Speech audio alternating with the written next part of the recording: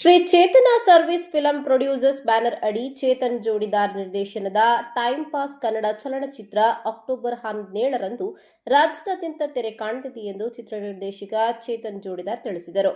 ಮಂಗಳೂರಿನ ಪತ್ರಿಕಾ ಭವನದಲ್ಲಿ ಸುದ್ದಿಗೋಷ್ಠಿ ನಡೆಸಿ ಮಾಹಿತಿ ನೀಡಿದ ಅವರು, ಇತ್ತೀಚೆಗೆ ಫಸ್ಟ್ ಲುಕ್ ಪೋಸ್ಟರ್ ಮೂಲಕ ಭಾರಿ ಚರ್ಚೆಯಾಗಿದ್ದ ನಮ್ಮ ಚಲನಚಿತ್ರ 17ರಂದು ವೀಕ್ಷಕರ ಮುಂದೆ ಇಡಲಿದ್ದೇವೆ.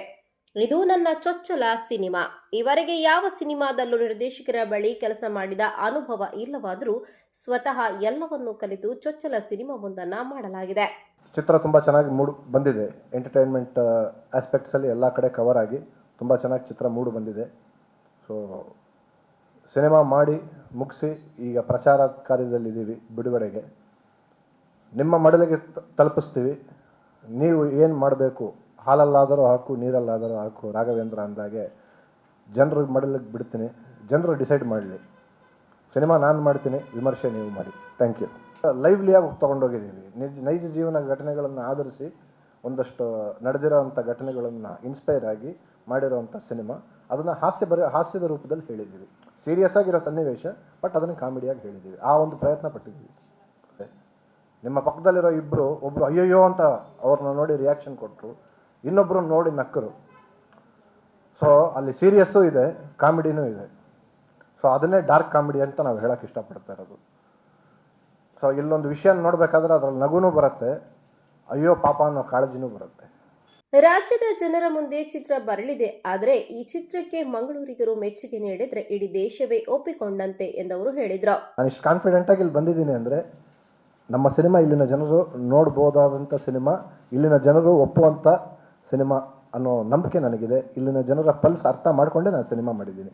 ಸೊ ನಾನು ಓವರ್ ಆಲ್ ಆಗಿ ನಾನು ಅದಕ್ಕೆ ಸ್ಟಾರ್ಟಿಂಗಲ್ಲಿ ಹೇಳಿದೆ, ನಮ್ಮ ಸ್ನೇಹಿತರು ಕೇಳಿದ್ದಕ್ಕೆ ಎಲ್ಲಿ ಶೂಟ್ ಮಾಡಿದ್ರು ಅಂದಾಗ ಬೆಂಗಳೂರು ಸರ್, ಬಟ್ ಇದು ಎಲ್ಲ ಕಡೆ ಇರೋ ಜನನೂ ನೋಡುವಂಥ ಸಿನಿಮಾ ಇದು ಅಂತ.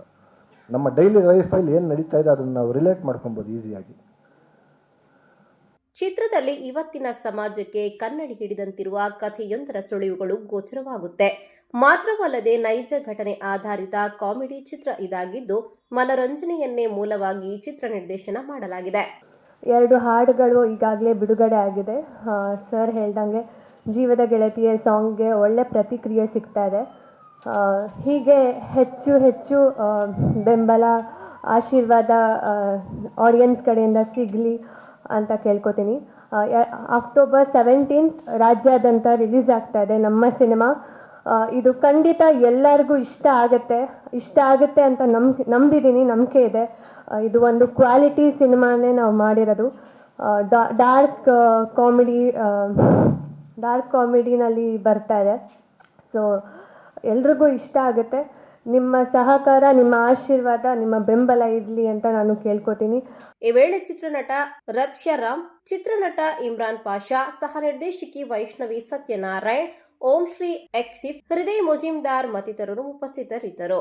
ನಮ್ಮ ಟೈಮ್ ಪಾಸ್ ಚಿತ್ರ ಬರೋ ತಿಂಗಳು 17ನೇ ತಾರೀಕು ಅಕ್ಟೋಬರ್ ರಾಜ್ಯಾದ್ಯಂತ ಬಿಡುಗಡೆ ಆಗ್ತಾ ಇದೆ. ತುಂಬ ಇಂಪಾರ್ಟೆಂಟು. ಎಷ್ಟು ಇಂಪಾರ್ಟೆಂಟು ಅನ್ನೋದು ನಮ್ಮ ಸಿನಿಮಾದಲ್ಲಿ ತೋರಿಸಿದ್ದೀವಿ. ನಮ್ಮನ್ನ ಹೇಗೆ ಬೆಳೆಸ್ತಾರೆ, ನಮ್ಮ ಹುಟ್ಟಿದಾಗ ತಾಯಿ ತಂದೆ ನಮ್ಮನ್ನ ಊಟ ಕೊಟ್ಟು ಬಟ್ಟೆ ಕೊಟ್ಟು ಹೇಗೆ ಸಾಕ್ತಾರೆ, ನಾವು ಕನಸಿಗೆ ನಮ್ಮ ದಾರಿ ಅಚೀವ್ ಮಾಡಲಿಕ್ಕೆ ಹೋದಾಗ, ಒಬ್ಬ ಮನುಷ್ಯ ಜೀವನದಲ್ಲಿ ಏನೇ ಸಾಧನೆ ಮಾಡೋಕ್ಕೆ ಹೋದಾಗ್ಲೂ ಒಂದಷ್ಟು ಅಡೆತಡೆಗಳಿರ್ತದೆ. ಆ ಅಡೆತಡೆಗಳನ್ನೆಲ್ಲ ಮೀರಿ ದಾಟಿ ಹೋದಾಗ ಬೇರೆ ಜೀವನ ಉಂಟು. ಅದನ್ನ ಹೇಗೆ ತಲುಪಿದಾಗ ಅದನ್ನ ಹೇಗೆ ಉಳಿಸ್ಕೊಳ್ಳೋದು, ಪ್ರತಿಯೊಂದು ನಮ್ಮ ಸಿನಿಮಾದಲ್ಲಿ ತೋರಿಸಿದ್ದೀವಿ.